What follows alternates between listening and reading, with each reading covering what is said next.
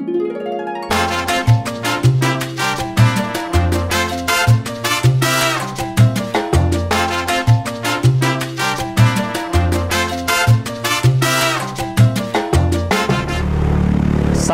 warahmatullahi wabarakatuh, sahabat pecinta inovasi tani. Kali ini Inovasi Tani Studio mengunjungi tambak udang di Kenagarian Ulakan Tapakis, Kecamatan Ulakan Tapakis, Kabupaten Padang Pariaman. Pada wilayah ini sebelumnya bukan ada tambak udang, tapi saat sekarang menggeliat menjadi sentra ekonomi baru untuk nagari ini dengan adanya tambak udang memanfaatkan lahan tidur sebelumnya sekarang menjadi lahan produktif. Mari kita ikuti bagaimana tambak udang ini dijalankan. Kuncu, terima kasih kami sudah diterima di lokasi tambak ya, Nagari Manggopo, Palagadang Ulakan, Kabupaten Padang Pariaman. Baik, ada hal yang menarik bagi kita sebetulnya di sini. Wilayah ini sebelumnya tidak mengenal tambak udang nih, tapi beberapa tahun terakhir sepertinya ada kebangkitan masyarakat untuk melakukan tambak udang. Bisa cerita bagaimana ini perkembangan ini terjadi, Incu, di nagari kita ini? Ya, terima kasih banyak Pak atas respon dan tadi bicara Bapak. Dari jauh-jauh hari lahan untuk tambak wilayah Ulak Tapaki di pantai Manggopo Ulak Tapaki sini cukup menjanjikan Pak. Cuma investor luar tidak ada yang cukup menarik. Oke. Berkemungkinan aja juga sistem tanah sini kan tanah ulayat. Jadi baik. Berkemungkinan dia investor masuk itu dia memikirkan masalah tanah ulayat. Kita di Minang kan banyak liku-liku sanak kemanakan. Jadi kalau biasanya kalau investor datang tuh yang sukanya kan tanah tuh dibeli langsung. Iya. Sertifikat. Biar bisa digunakan untuk perusahaan lain. Iya. Jadi karena ada kesepakatan dari tanah ulayat, kebetulan kami sebagai nyenyak mama, alim ulama, wali nagari, putra daerah bermacam-macam yang ada di daerah Manggopo Palagadang ini, kami yang punya tanah berkomunikasi antara keluarga, gimana caranya sistem tanah ini, apakah kita bagi hasil, apakah kita ikut dikontrak, apa sistemnya yang modelnya lain, seolah ada perkembangan dan lagi ada keputusan bahwa daerah sini ini bisa dibikin tambak. Baik. Jadi secara teknis kondisi ini cocok untuk tambak.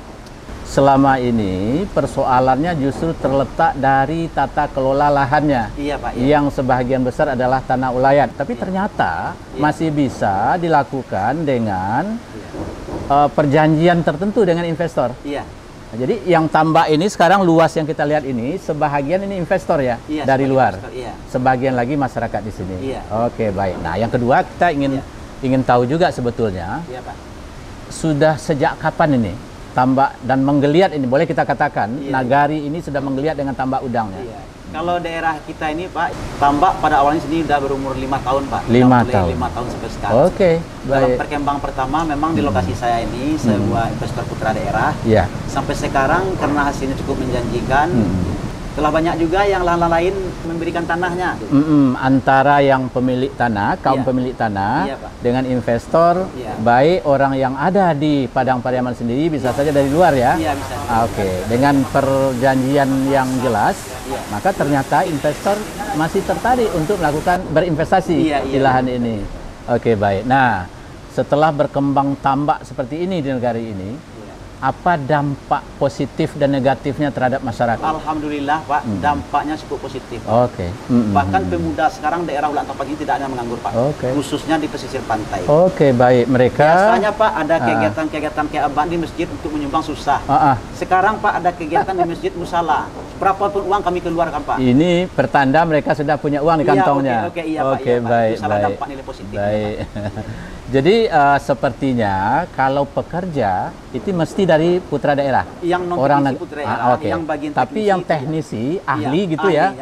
Kalau belum kita punya, bisa di luar. Bisa di luar. Tidak cukup banyak yang ahli berkaitan dengan perikanan udang, khususnya putra daerah kita di sini.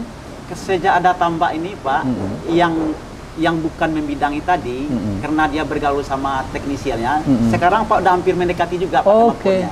Sudah meningkat kemampuan teknisnya. Jadi ilmunya tanpa sekolah bisa didapat, karena dia terjun langsung di lapangan. Baik. Jadi sepertinya di sekitar nagari kita ini Iya Pak. ada lagi dampak positif yang tidak langsung. Berkembangnya usaha rumah makan, Iya. bahkan terintegrasi dengan pariwisata sepertinya nih daerah Iya. Ulakan ini gitu ya. Iya, Pak, iya. Banyaknya yang menjual makanan dan lain sebagainya gitu. Iya, iya, iya. Nah, apakah dari pekerjaan-pekerjaan yang tidak langsung tadi itu juga dirasakan oleh masyarakat ini ekonomi Kalau berputar? permasalahan itu Pak, ini terasa bagi pribadi saya sendiri Pak. Oke, baik. Saya baik. sebelum tambah ada, saya sudah buka rumah makan. Oh. Nah, jadi sebelum tambah ada rumah makan saya buka, pas pembangunan dari bandara, saya pas juga membangun rumah makan ini. Oke, jadi rumah Jadi makan dengan- Uncu duluan daripada Tambak? Dulu udah tambah, Ah. pas seiring dengan bandara. Iya, Nah, iya. jadi dengan adanya tambak ini Pak, kemajuan rumah makan cukup jauh Pak. Karena apa? Dengan adanya nuansa tambak, orang makan untuk pemandangan aja Pak, Oh, sudah oke. cukup bagus. Oke. Itu di segi yang utamanya pemandangan. Yang kedua, ciri khas yang ada di rumah makan saya itu, saya kelilingkan dengan udang Pak. Oke. Ada kalio udang, Oke. gulai udang, Ya. pea udang, dan salado udang. Good. Ya, Itu ya. Pak yang nilai paling positif. Jadi ah. untuk perubahannya sejak tambaknya ada, rumah makan cukup bagus. Dan saya sebagai apa Pak, sebagai putra daerah sini yang punya lahan tambak juga, bergabung sama investor, saya bisa juga membuka agen Pak. Oh, jadi Agen Uncu udang. sekarang Iya. selain dari petambak, Iya. juga menjadi agen Agen penjualan. distributor udang. Distributor Iya, udang. Sumbar Riau Pak, sampai Sumatera Barat ada Sumbar Riau. Iya, Sumbar Riau Pak. Sumbar Riau, jadi distributor. Iya, jadi Baik, baik. Berarti Iya. ternyata investasi dari investor itu membawa penggeliatan ekonomi Iya, pada oke. suatu wilayah Iya. tertentu, khususnya di daerah kita ini ya. Iya. Sepertinya seperti itu. Oke, baik.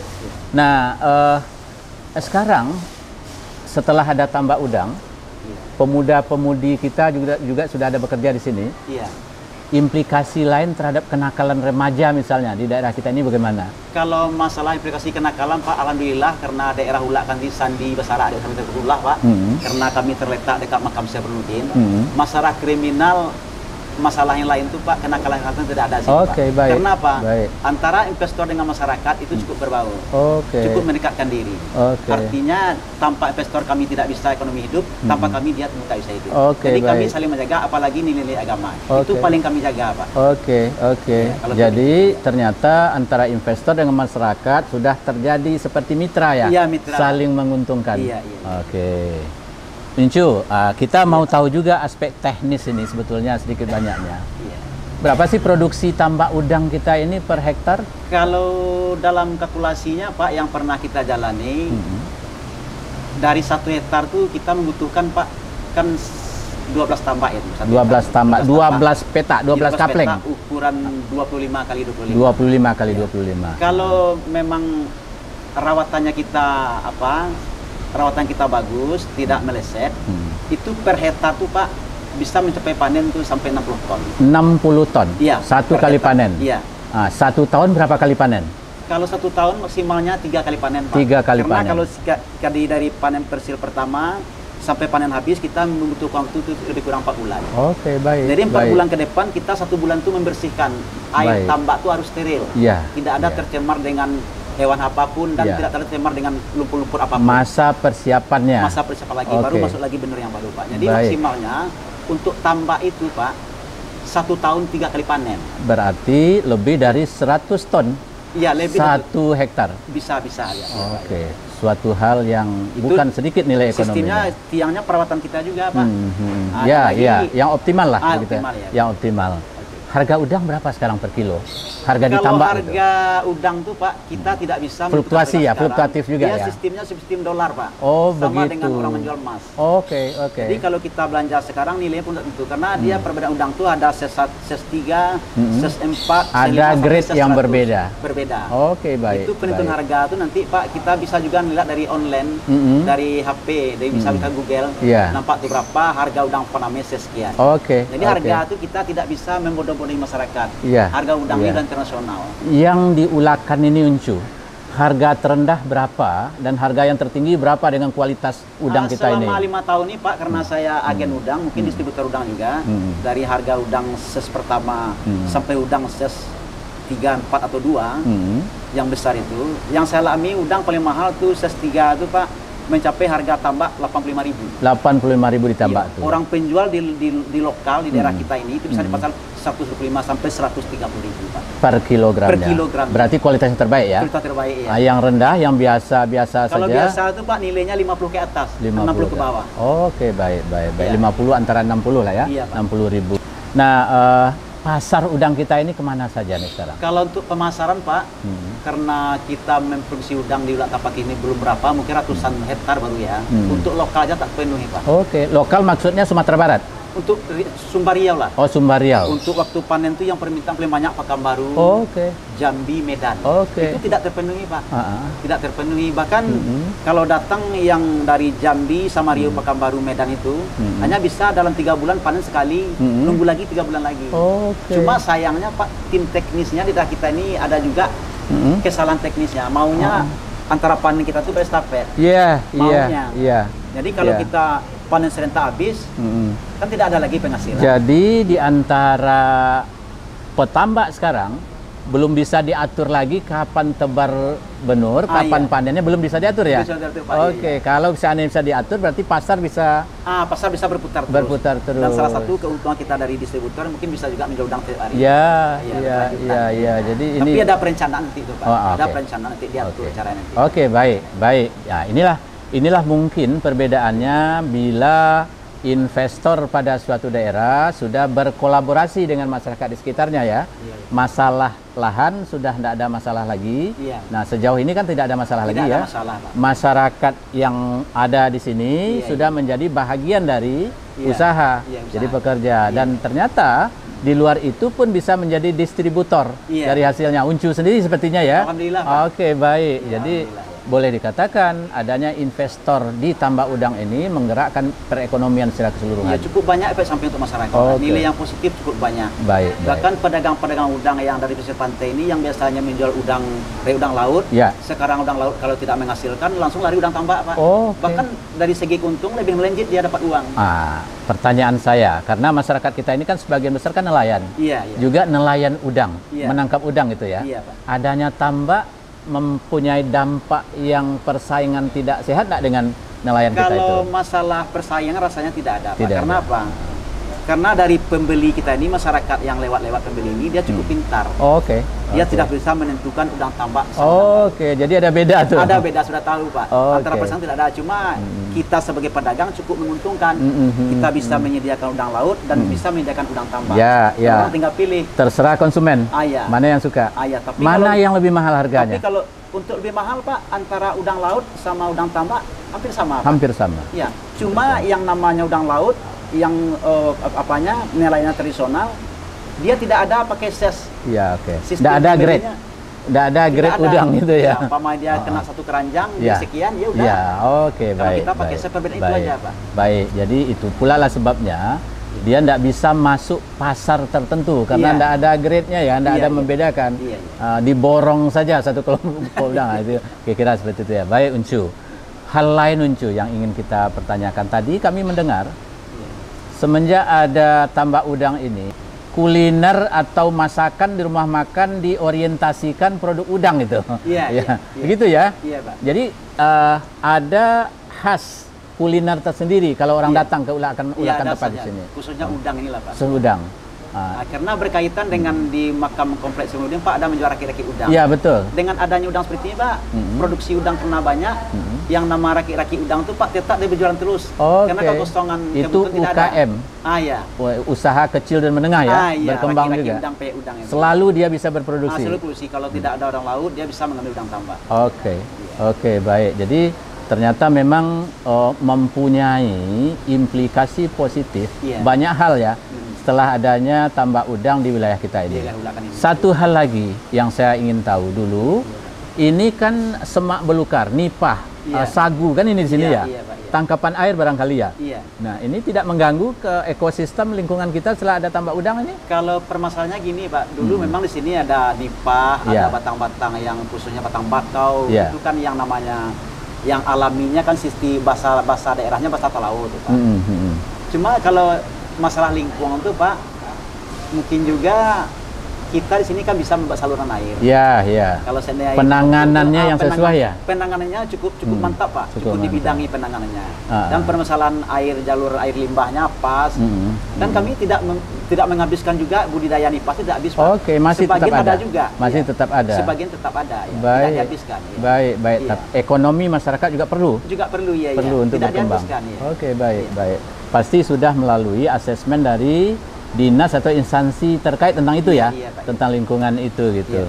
Baik, Uncu, kalau secara teknis tadi saya dengarkan perlu tenaga yang punya pengetahuan dan pengalaman yang baik tentang ini. Nah, apakah tambak udang ini tidak bisa dilakukan oleh masyarakat kita yang ada di sini?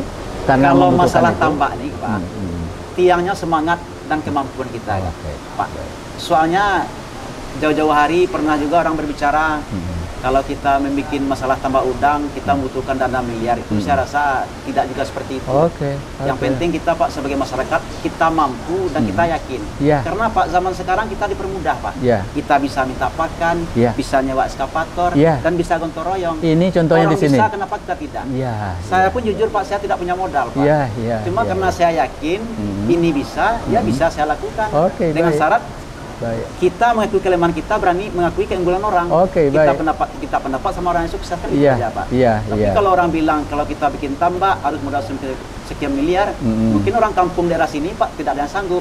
Tapi cuma yang penting karena semangat kita kuat, kalau tidak sanggup kita besar, kita bikin kecil. Bisa kita mengelola seperti tambak-tambak perumahan ukuran 20x20. Awalnya bisa seperti itu. Artinya Pak orang sukses itu kan berapa besar Pak, kan kecil awalnya. Benar. Sebenarnya gitu Pak. Ada kunci sepertinya komunikasi mesti lancar ke berbagai pihak ya masyarakat kita itu. Iya.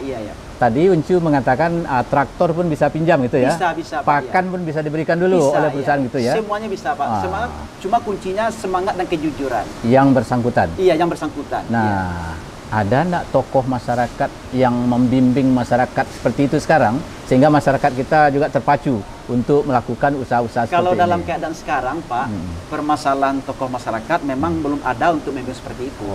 Cuma kalau masyarakat yang sering datang ke tambak, sering juga diarahkan sama kawan-kawan terdekat. Berarti motivasi sendiri lah itu ya. Kalau tokoh masyarakat dirasa Pak mungkin mau cerita Pak ya, kurang sanggup juga untuk berbicara seperti itu karena dia bukan basicnya kan. Cuma kalau pemuda-pemuda yang pengusaha daerah ini kalau dia pergi main ke tambak, itu dapat komunikasi seperti itu. Karena apa? Di tambak kami ini Pak tiap hari itu bermacam-macam yang datang.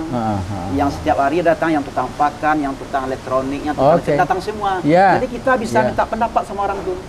Nah itu sebenarnya Pak. Cuma sistemnya dikoordinir oleh tokoh-tokoh masyarakat bercerita memang belum ada. Cuma yang investor ini sekarang dia melirik juga masyarakat sini.